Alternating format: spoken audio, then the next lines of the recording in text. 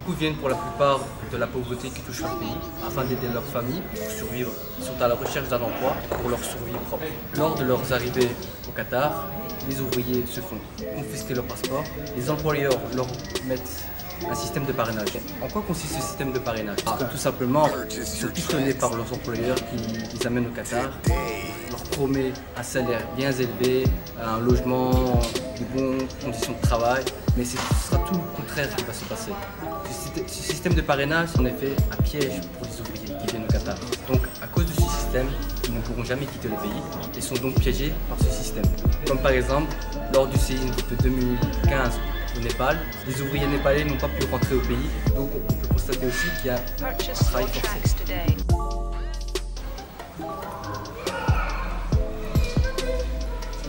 Ganes se retrouvait à l'émigrer au Qatar. 2 mois plus tard, il était mort. Pour Ganes, le Qatar c'était un oasis dans le désert. Pour Ganes, le Qatar c'était la terre promise, l'oasis dans le désert, qui allait lui permettre de sortir de la misère qui emprisonnait sa famille depuis générations. Il avait rencontré les agents qui lui avaient promis un emploi bien rémunéré et la possibilité de subvenir à sa terre. Il est parti en promettant de revenir et construire une belle maison pour sa mère.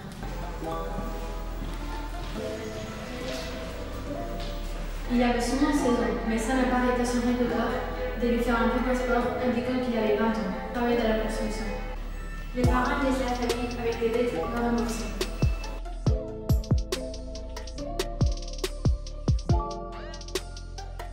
Représentant de la Confédération syndicale internationale et de l'UBD, travailleurs du bâtiment et du bois, ont remis une missive à Sepp Blatter demandant de respecter les droits des syndicats, les droits des travailleurs. Cette campagne intitulée « Pas de Coupe du Monde au Qatar sans respect des droits des travailleurs ».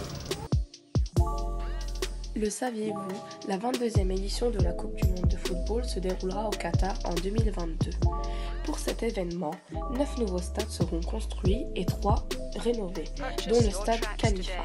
Malheureusement, des milliers d'ouvriers immigrés travaillent dans des conditions inhumaines, dont la plupart viennent de l'Inde, du Bangladesh, du Népal, du Pakistan et des Philippines.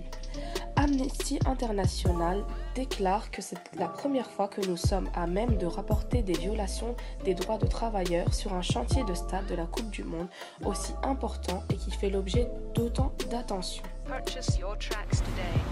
Pour ce qui est des conséquences sur les ouvriers exploités dans le secteur de la construction au Qatar, on peut confirmer d'après l'article de rtbf.be que les ouvriers meurent à cause des mauvaises conditions de travail, liées aussi aux raisons naturelles.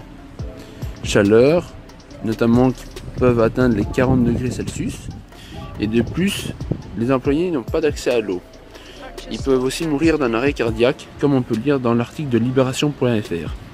Le taux de mortalité au Qatar est en augmentation suite aux mauvaises conditions de travail des ouvriers migrants au Qatar.